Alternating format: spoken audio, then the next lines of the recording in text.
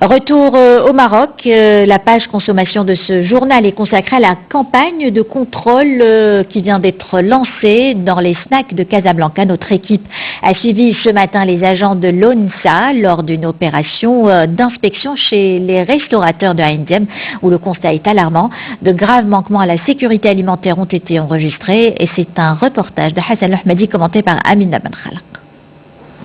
Concertation de dernière minute entre les agents de l'ONSA. La liste des restaurants à inspecter est établie. L'équipe fait donc irruption dans le premier snack casablancais soupçonné de manquer aux règles d'hygiène. Le constat est alarmant. Dans ce réfrigérateur, chaque compartiment cache une mauvaise surprise.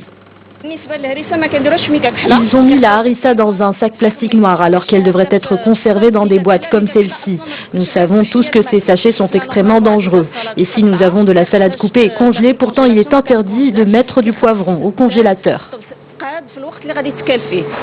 Après le centre-ville, les équipes de l'ONSA se dirigent à Ain Diem. Les agents ne s'arrêtent pas aux vitrines souvent alléchantes. C'est derrière le décor qu'ils constatent des anomalies.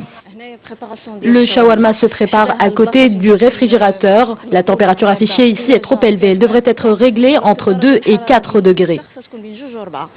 Les conditions de stockage mais aussi de cuisson de tout type de viande sont souvent source d'inquiétude pour les équipes de l'ONSA. C'est à ce niveau qu'elles constatent le plus de manquements à la sécurité alimentaire. Le consommateur est appelé à se méfier. كيكون بارازيت اللي كيتركب في لي انتستان وكيبقى عايش مع بنادم وكي devient porteur et peut contaminer encore les autres. Donc هادشي كيعني il faut une hygiène concernant les matières et une hygiène concernant les employés.